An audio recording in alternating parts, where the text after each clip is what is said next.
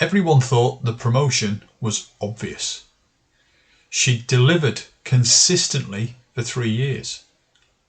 Calm under pressure, trusted by clients, and respected by peers. When the role became available, no one seriously considered an alternative. There was no politics, no favouritism, no backroom deal. It looked like recognition. The decision was to promote the strongest individual contributor into a team leadership role. The logic felt clean. Reward performance, signal progression, retain talent. She knew the work. She understood the standards. She had credibility. Promoting from within also sent a message. If you perform, you progress. It made sense to almost everyone involved. The belief underneath the decision was rarely spoken out loud. That excellence in execution translates into excellence in coordination. That the person who knows the work best is best placed to oversee it.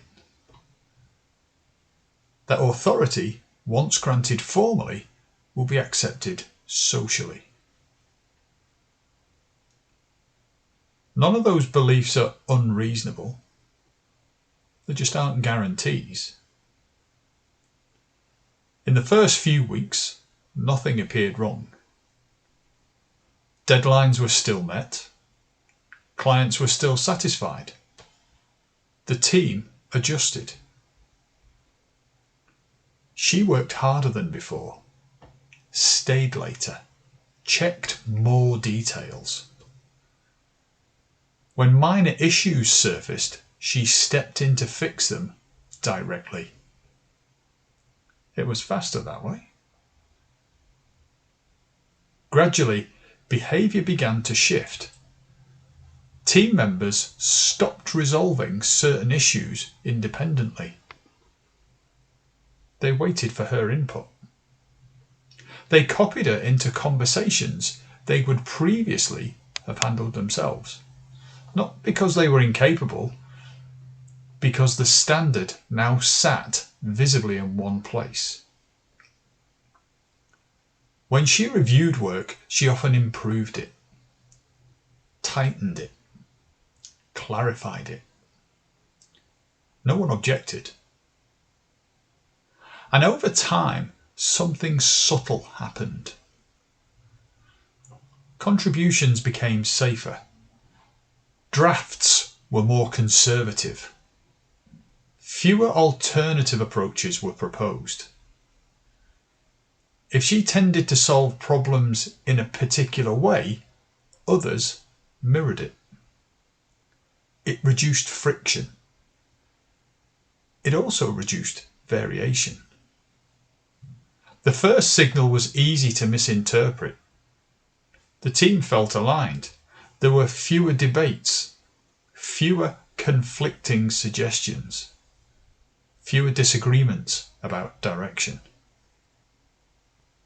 Meetings ran smoothly. From above, this looked like cohesion. From within, it felt slightly different. Energy dipped. Initiative narrowed. When small mistakes appeared, she corrected them herself rather than asking someone else to revisit the work. It was quicker, it maintained quality, and it also reinforced a quiet pattern. Responsibility flowed upwards. Within months, she was exhausted. She described the team as less proactive than before. Team members described her as very high standards. No one was wrong. The system had shifted.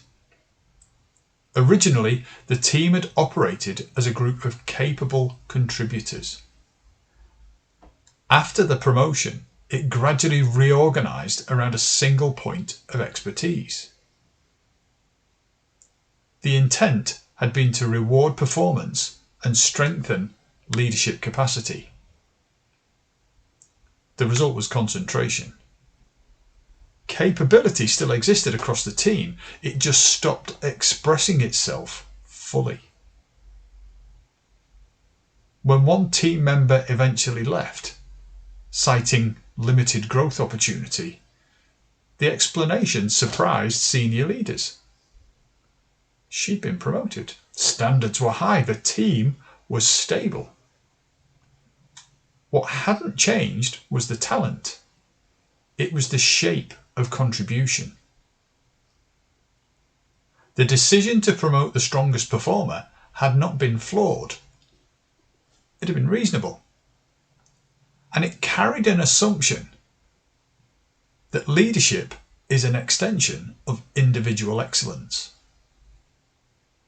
Over time, that assumption narrowed the system.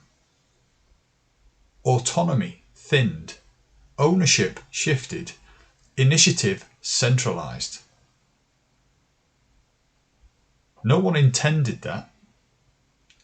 No one instructed it. It emerged. By the time it was visible, it felt cultural. Difficult to trace back to a single moment. Yet the drift began on the day the promotion was announced. Nothing here was accidental, but very little was deliberate.